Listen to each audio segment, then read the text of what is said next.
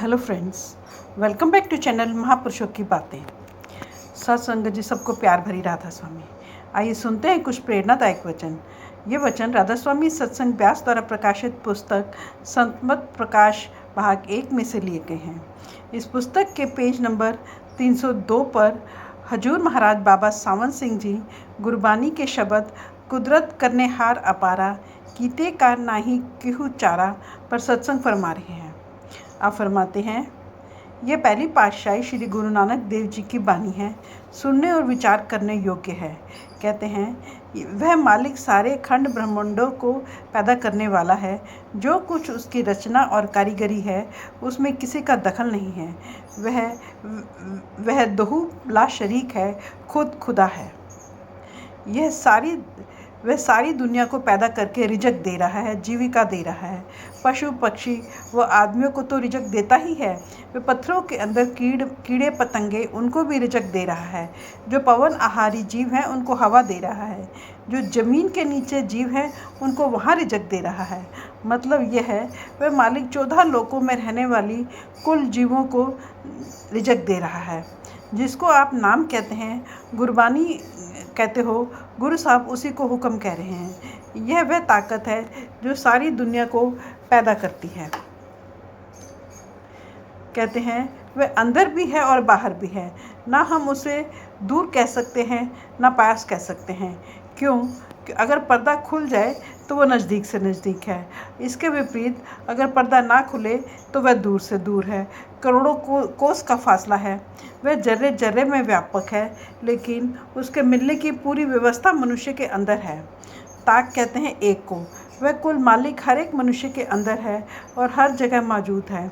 कोई हृदय ऐसा नहीं है जिसमें वह मौजूद ना हो, लेकिन किसी फ़कीर ने ही उसको प्रकट किया है। बाकी सबको आँखों के पीछे पर्दा लगा हुआ है, यानी उनके अंदर गुप्त है, पर है सबके अंदर। कितनी ऊंची शिक्षा है और कितना साफ साफ वर्णन करते हैं। कहते हैं जब किसी मनुष्य को वह परमात्मा अपने साथ मिलाना चाहता है तो उसको किसी महात्मा, किसी सद्गुरु के पास भेजता है। वह महात्मा कहता है कि तेरे अंदर वह नगमा, वह बांगे आसमानी हो रही है, और कुछ न कर, सिर्फ अपनी रूह को उसके साथ जोड़ दे। देखो कितना आसान और कुदरती तरीका है। किसी को एतराज़ है? कोई नहीं। वह मालिक सबके अंदर है, सबका साझा है।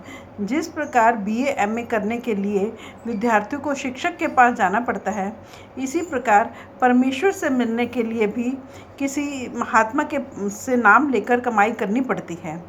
कुल मालिक कामिल फ़कीरों की संगति से मिलता है, क्योंकि जिस प्रकार परमात्मा के घर तक शरीयत, तरीक़त, मार्फत और हकीकत 4 मंजिला हैं, इसी प्रकार फ़कीर भी अलग अलग मंजिलों के मिलते हैं। जो शरीयतें हैं वह तालीम को नहीं समझती, उनके रहन सहन का तरीका मोड ऑफ लिविंग है, यानी उनके साथ दुनिया से गुजारा करना है। लेकिन हमें हकीकत को समझना है। सो कहते हैं उसके मिलने के 2 ही तरीके हैं, एक गुरु, दूसरा नाम। गुरु के बिना नाम नहीं मिलता, नाम के बिना मुक्ति नहीं होती। वह मालिक जिसको मिलाना चाहे उसके लिए दोनों तरीके या जरिए पैदा करने की व्यवस्था कर देता है।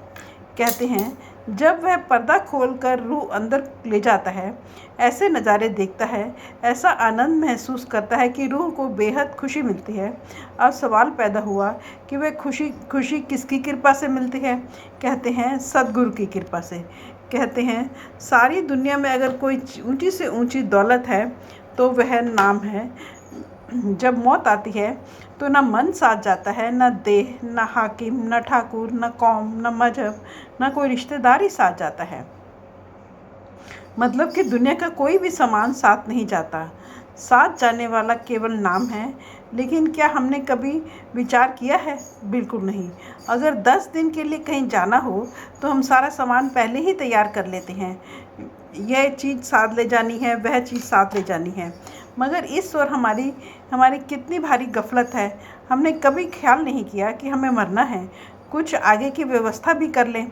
अब कहते हैं कि इस दुनिया से हमारे साथ जानने वाले 2 हैं, गुरु और नाम। यही दोनों हमारे रिश्तेदार हैं, बाकी सब झूठे हैं। कहते हैं ये सारा मोह का पसारा है। सारी दुनिया काम, क्रोध, लोभ, मोह और अहंकार में फंसी हुई है। सिवाय नाम के कोई साथ नहीं जाता। नाम गुरु से मिलता है। अब दोबारा तवज्जो दिलाते हैं कि सुख देने वाली दो ही चीज़ें हैं, एक गुरु और दूसरा नाम या खुद खुदा परमेश्वर। अगर किसी को सुख मिला है तो गुरु और नाम के जरिए। इन दोनों के बिना ना किसी को सुख मिला है और ना ही मिलेगा। कहते हैं जिसको परमेश्वर मुक्ति देना चाहता है उसका किसी पूरे गुरु से मिलाप करा देता है। वह कहता है कि तेरे अंदर वह नाम, वह कलामे इलाही, वह शब्द हो रहा है। तू अपनी सूरत को उसके साथ जोड़ दे। सो जिसको वह अपने साथ मिलाना चाहता है उसको वह प्रेरणा देता है। वह गुरु से नाम लेकर अपनी रूह को नाम के साथ जोड़ दे। यही उसकी बख्शीश का जरिया है। जिसको बख्शना चाहता है उसके लिए ये जरिया बना देता है। अब गुरु नानक देव जी कहते हैं हम बार बार अपने सद्गुरु के चरणों में नमस्कार करते हैं, जिन्होंने हमारे जैसे भूले हुओं को सीधे रास्ते पर लगा दिया। अब कहते हैं कि जो परमेश्वर के प्यारे हैं उनका नाम के साथ प्यार है, क्योंकि नाम के बराबर कोई धन नहीं है और वह मन की मति छोड़कर गुरु की मति लेने से मिलता है। अब प्रार्थना करते हैं, ए मालिक, मैं तेरे दरवाजे पर याचक बन के आया हूँ, मांगता बनकर आया हूँ। क्या मांगता हूँ? कि हर वक्त तेरे साथ रहूँ, तेरे चरणों में रहूँ, तेरा यश गाता रहूँ। सो संत यही कुछ मांगते हैं। कहते हैं अगर पूर्ण गुरु मिले और अंदर का भेद दे दे तो हम शरीर रूपी महल में प्रवेश पा सकते हैं, नहीं तो सारे संसार को आंखों के पीछे पर्दा डालकर बाहर निकाला हुआ है, ताला लगा हुआ है। ना ताला खोला ना अंदर गए, सारी उम्र बाहर ही बाहर बिता दी। अब कहते हैं कि जब सद्गुरु मिला, उसने रास्ता बताया, हमने कमाई की तो सच्ची दरगाह में पहुंच गए, हमें मालिक मिल गया। कहते हैं सच्चा ठाकुर द्वारा, सच्चा हरि मंदिर, सच्चा धर्म स्थान, सच्चा काबा तुम्हारे अंदर है। मगर जिनको कामिल मुर्शिद या पूरा गुरु नहीं मिलता, नाम नहीं मिला, वे अंदर एक कदम भी नहीं रख सकते। वे बाहर ही बाहर रहे। बाहर जो कुछ है सब झूठ है। ये झूठे यानी बाहर के ईंट पत्थरों के बने मंदिरों में ठोकरे खाते रहे। यही मौलाना रूम कहते हैं, मस्जिद कौरा जी आबो गिल बुवत, मस्जिद साहिब दिलारा दिल सुबद।